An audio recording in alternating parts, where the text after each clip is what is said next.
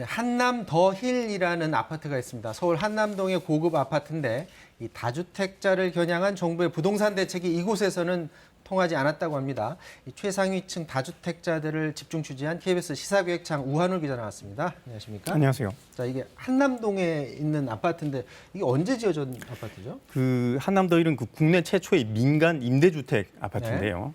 그러니까 분양가 상한제 적용을 피하기 위해서 그 임대주택으로 먼저 건설된 거고, 그 워낙 고가 자재들을 많이 쓰다 보니까 이제 타산이 안 나왔기 때문에 이런 방식을 택했는데요. 한남더힐은 2011년 완공 뒤에 5년간 임대됐다가 2016년 집주인들에게 본격 분양됐습니다.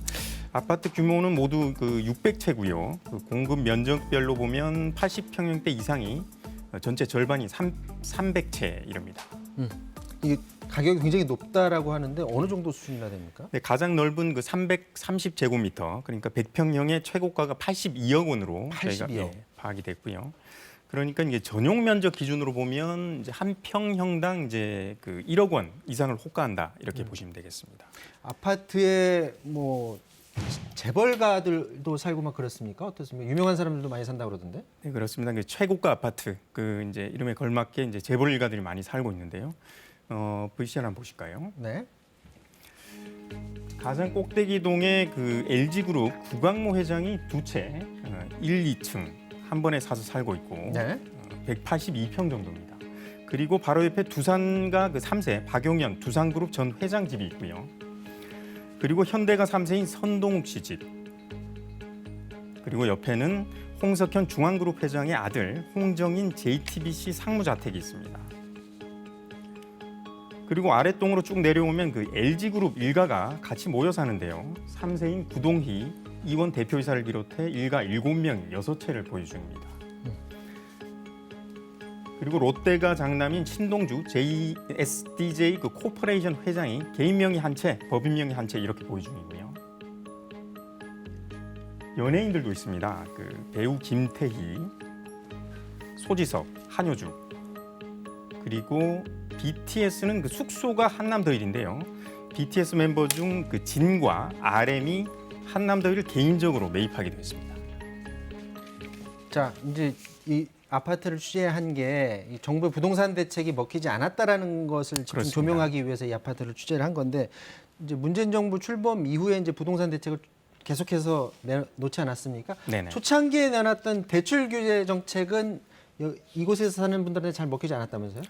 네, 그렇습니다. 그 문재인 정부 첫 부동산 대책, 이른바 파리 대책, 핵심은 그 LTV 담보 인정 비율을 70에서 60%로 낮추고 투기 지역, 뭐 투기 과열 지역, 조정 지역 이렇게 지정해서 이른바 돈줄을 재는 게 핵심이었죠. 재벌 가니까 뭐 대출 규제가 그렇죠. 통할 이유는 없죠. 현금 부자들은 아무런 영향을 안 받았습니다.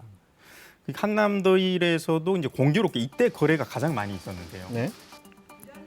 그 파리 대책 직후인 그 2017년 9월달에 시장은 얼어붙었는데 그 한남더힐에선 38건의 거래가 이루어집니다. 그 분양 전환 이후 최대 거래입니다. 그 지난 3년간 한남더힐 매입자 373명 중에서 137명, 그러니까 3분의 1 정도가 3명 중 1명이 100% 현금으로 집을 샀습니다. 네. 그러니까 이제 정부 규제가 먹히지 않았다, 무풍지대였다 이렇게 볼 수 있는 것이죠. 정부가 이제 대출 규제 정책을 내놨고 그러니까 당연히 현금 많은 사람들이 대출 규제해봤자 정책이 먹히지 않는 건 당연한 원리인 것 같고요. 종부세 대책 내놨지 않았습니까? 네, 그렇습니다. 종부세 부과 대책 내놓은 것도 이분들한테 먹히지 않았나요? 그렇죠. 이제 그 이듬해 이제 이른바 9.13 대책이라고 하죠. 2018년 9월 13일 날 투기 수요를 더 차단하기 위해서 종부세 카드, 만지작거리는 종부세 카드를 이제 꺼내 들었는데 역시 뭐 시장은 이제 얼어붙었는데 한남더힐에서는 특이한 상황이 좀 벌어집니다. 네. 9.13 대책 이후 한남더힐에서 법인 구매가 급증한 겁니다. 법인 거래는 2017년 2건에서 2019년 14곳으로 늘었는데요. 그러니까 종부세는 그 인당 과세거든요. 그러니까 내가 갖고 있는 아파트를 다른 법인에 넘기던가 아니면 내가 원래 주택을 갖고 있는데 새로운 아파트를 법인 명의로 매입하면 다주택자가 안 되기 때문에 종부세 부담에서 좀 자유로워지는 것이죠. 전문가 얘기 한번 들어보겠습니다.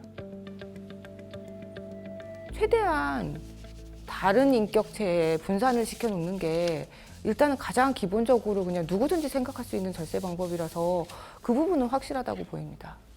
특히 다주택자 중과하는 게 본격적으로 시행이 된다라고 현실화되면서부터 저 시기에 물린 거 아닌가 그렇게 짐작이 되거든요. 실제로 저희가 한 자동차 부품 회사 사례를 취재했는데 네. 이 회사는 2019년 4월 한남도일 대형 평형을 44억 원에 사들였습니다. 그런데 이 아파트를 판 그 류모 씨란 사람 누군지 봤더니 이 회사 그 대표였습니다. 대표가 자기 집을 자신의 회사에 판 것이죠. 저희는 그 이 회사에 왜 그랬냐 이렇게 물어보니까 투자 목적이었다고 했습니다. 네. 한번 회사 입장 들어보겠습니다. 저희가 부동산 임대사업도 등록이 돼 있고 사업 목적에 명시가 돼 있고 때마침 저희 대표이사죠. 대표이사께서 개인 사정에 의해서 집을 좀 내놓는다고 하는 거를 제가 들었어요. 회사가 구입을 하게 된 거죠. 한남더일만 갖고 계신 거잖아요. 네, 다른 임대사업 하시는 건 없던데, 그쵸?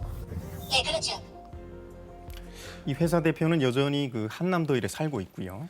네. 회사는 그 대표에게서 이제 세를 받고 있다 이렇게 답을 했습니다. 전문가들은 이게 주택을 법인으로 넘겨서 어떤 중과를 좀 피하려고 한 거 아니냐 이렇게 보고 있죠. 사실 그 임대 사업 하시는 사람들 얘기 들어봤더니 이전에 저렇게 이제 개인적으로 집을 사는 것보다 법인을 통해서 사는 것이 뭐 절세든 뭐 여러 면에서 유리하다 뭐 이런 얘기들도 있었다고 해서 자 그렇게 해서 어쨌거나 개인적으로 안 사고 저렇게 법인을 통한 구입이 많다 보니까 여기에 대해서 정부가 또 추가 대책 내놓지 않았었나요? 네, 그렇습니다.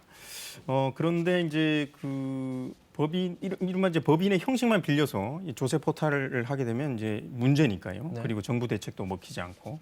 그런데 이 법인을 통한 이제 아파트 매입 실익이 없어지자 이제 새로운 방식이 또 등장합니다. 네.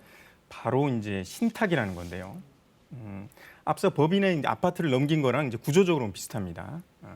먼저 개념 설명 좀 들어보겠습니다. 네.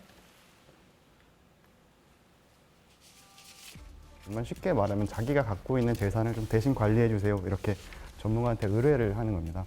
신탁을 통해서 법적 소유권이 넘어갈 때 종부세법상 약간 이제 명의 분산이 되는 효과가 발생하도록 되어 있었어요. 아마 그 종부세 절감을 위해서 이제 많은 분들이 이 신탁을 통해서 자기 주택을 자기가 갖고 있는 주택을 이제 신탁사나 아니면 자녀들에게 신탁을 해왔던 것 같고요. 그러니까 법인 규제를 하겠다고 하니까 이제 신탁으로 사람들이 돌아선 거죠. 그 한남더일의 경우에도 2020년 초 신탁이 본격 등장하기 시작해서 모두 16건이 확인됐습니다. 삼성전자 그 도동진 대표부터 MBC 김태호 PD, 윤정환 전 축구 국가대표, 그리고 병원장, 그리고 변호사들이 이 시기 신탁했고요. 한 의사는 그 여의도 자산운용사에서 신탁을 권유했다 이렇게 얘기하기도 했습니다. 한번 들어보시죠. 미래에셋에서 그렇게 하라고 조언을 해주시죠. 팀 꾸려가지고. 그거는 참 시타 관리라는 게 좀 있어요. 1,000얼마인데 그건 애들은 이제 세금을 세이브 되는 게 더 크니까 그래서 그렇게 하는 거예요. 자 이거 보니까 정부가 대책 나오면 거기 약간 구멍이 있어서 그 구멍으로 빠져나가고 또 구멍이 없으면 또 구멍을 만들어내고 하는 것들이 지금 계속 반복돼 왔던 것 같은데 특히 이제 종부세 부분에서 사람들이 관심이 많았지 않습니까? 그래서 종부세를 부과하게 되면 그것 때문에 집을 다 내놓을 것이다라고 정부는 예상을 했는데 이것도 또 피해갔죠? 네, 그렇습니다. 그러니까 말씀하신 게 70대책인데요. 네. 작년 지난해 이제 거래세, 보유세 그리고 종부세 이런 것들은 이제 다 세금을 중과를 했습니다. 네. 그래서 이제 다주택자를 압박해서 시장에 어떤 물건이 나올 거라고 이제 정부는 기대했는데 한남더일 주인들은 이제 좀 기다렸다는데 좀 증여에 일제히 나서는 모습을 증여 보였습니다. 방법을 택했다는 거죠. VCR 보실까요? 2020년 7월 대책 발표 직후죠. 한 달간 14건의 증여가 확인됐고요. 한남더일 분양 이후 확인되는 전체 증여 39건의 40%가 이 한 달간에 집중됐습니다. 이 중 재벌가도 있었는데요. 네. 한남더일 인근에는 그 현대차 그룹 총수 일가가 모여 사는데요. 정몽구 그 현대자동차 명예회장과 4자녀가 이렇게 같이 살고 있습니다. 근데 이 중 그 첫째 딸 정성희 이노션 고문은 유엔빌리지 2채와 그 한남더일까지 모두 3주택을 보유 중이었는데 그 70대 책 나흘 뒤에 정고문은 한남더위를 그 아들 선동욱 씨에게 유엔 빌리지 주택은 딸에게 증여했습니다. 시기적으로 볼 때 세금 부담을 줄이기 위한 증여로 보입니다.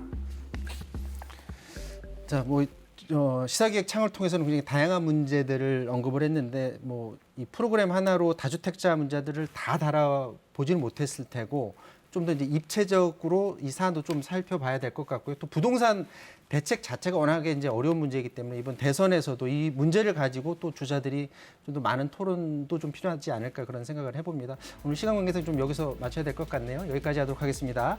지금까지 우한울 기자였고요. 저는 내일 다시 찾아뵙겠습니다. 고맙습니다.